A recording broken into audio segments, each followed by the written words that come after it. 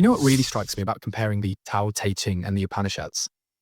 Both texts emerged around 600 BCE, yet they describe this ultimate reality in remarkably similar ways. The Tao Te Ching talks about this nameless force that gives rise to the 10,000 things, while the Upanishads describe Brahman as the underlying consciousness of everything. And both traditions emphasize that our normal perception actually blocks us from seeing this deeper reality. Exactly, and here's where Jung's work on alchemy becomes so relevant.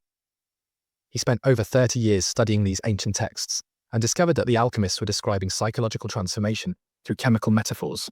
The philosopher's stone wasn't about literal gold, but about achieving psychological wholeness. Well, that really changes how we should look at alchemy, doesn't it? Most people dismiss it as primitive chemistry. And what's really interesting is how Jung found that his patients' dreams contain the same symbols these alchemists wrote about, without ever having studied alchemy. He saw this as evidence of what he called the collective unconscious, this shared psychological substrate that these ancient traditions were tapping into. So how does the I Ching fit into all of this? It seems to approach things from such a different angle. Well, the I Ching predates all of these texts. It's at least 3,000 years old. What's fascinating is that it describes reality as constantly changing patterns of energy, which is pretty close to how quantum physics describes things. The hexagrams aren't just fortune-telling tools, they're maps of how energy transforms. That's exactly what makes these traditions feel so relevant today. They're describing patterns that modern science is just beginning to understand. There's this quote from the Tao Te Ching that really captures this. The Tao that can be spoken is not the eternal Tao. It's like these traditions understood the limitations of language and rational thought long before we had cognitive science to explain why. And the Upanishads have that famous metaphor about the finger pointing at the moon. Don't mistake the finger for what it's pointing at. Right, and Jung found the same principle in alchemy. The alchemists had this saying, opus contra naturam, the work against nature. But they understood that transformation can't be forced. You have to create the right conditions and let it happen naturally. That seems like such important wisdom for our modern world, where we're always trying to force outcomes.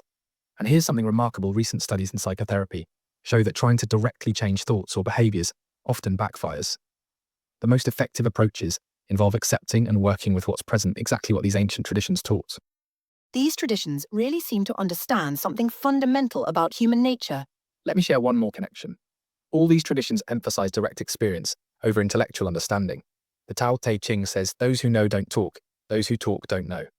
The Upanishads insist that Brahman can only be known through direct experience. And Jung emphasized that individuation requires engaging with the unconscious, not just thinking about it.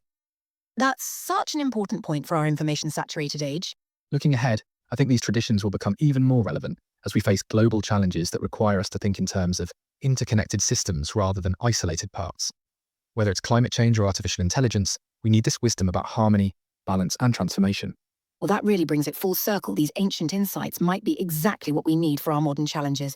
And perhaps that's their greatest gift to us, showing that wisdom isn't just about accumulating knowledge, but about transforming our way of being in the world.